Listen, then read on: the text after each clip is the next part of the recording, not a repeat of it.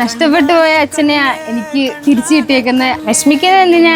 ഞാനില്ലേ അച്ഛന്റെ കൂടെ? അറിയില്ലേ അച്ഛന് ഞാനുണ്ടല്ലോ. ദൈവമായിട്ട് നമ്മളെ കണ്ടുപിടിച്ചല്ലേ. ഇനി അങ്ങോട്ട് വിഷമിക്കല്ലേ, ഞാനുണ്ടാവും. അപൂർവ കണ്ടുമുട്ടലിനാണ് പത്തനാപുരം ഗാന്ധി ഭവൻ സാക്ഷിയായത് ഇല്ലേ മോളെ? അതെ, നഷ്ടപ്പെട്ടു പോയ അച്ഛനെയാണ് മോക്ക് തിരിച്ചു കിട്ടിയത്. ഇനി എനിക്ക് അച്ഛന് വേണ്ടി ജീവിക്കാലോ. അച്ഛൻ എന്നെ വന്ന് വിളിച്ചു.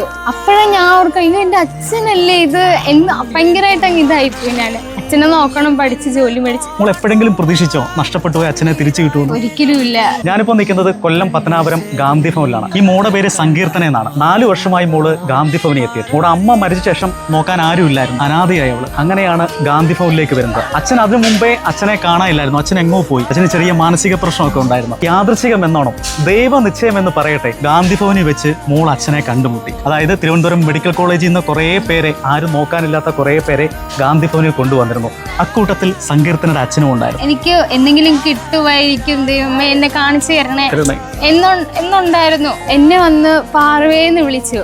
എന്നെ അങ്ങനെ വിളിക്കാൻ ഇവിടെയുള്ള ആർക്കും എന്നെ വീട്ടിൽ വിളിക്കുന്ന പേര് അറിയത്തില്ല. അപ്പോഴെനിക്ക് ഈ അച്ഛൻ ഇങ്ങനെ അല്ലായിരുന്നു, വണ്ണമൊന്നും ഇല്ലായിരുന്നു. ഇപ്പൊ എനിക്ക് ആളെ മനസ്സിലായില്ല. അപ്പൊ അച്ഛൻ എന്നെ വന്ന് പാർവേന്ന് വിളിച്ചപ്പോ അയ്യോ, അപ്പോഴെനിക്ക് അച്ഛനാണ്, അയ്യോ അച്ഛനല്ലേ ഇതെന്ന് എനിക്ക് അപ്പോഴാ മനസ്സിലായി. എനിക്ക് ആരും ഇല്ലെന്ന് പറയണ്ടല്ലോ. ഗാന്ധി ഭവനിൽ ഒരുപാട് പേരെ കൊണ്ടുവരാറുണ്ട്. ഇപ്പൊ ഞാനിങ്ങനെ നോക്കും എന്റെ അച്ഛനുണ്ടോ എന്ന്. ഞാൻ ആരോടും പറഞ്ഞിട്ടില്ല, ഉള്ളിൻ്റെ ഉള്ളിൽ വെച്ചിട്ട് ഞാൻ ഇങ്ങനെ നോക്കുമായിരുന്നു. എന്തോ വലിയൊരു നിധിയാ എനിക്ക്.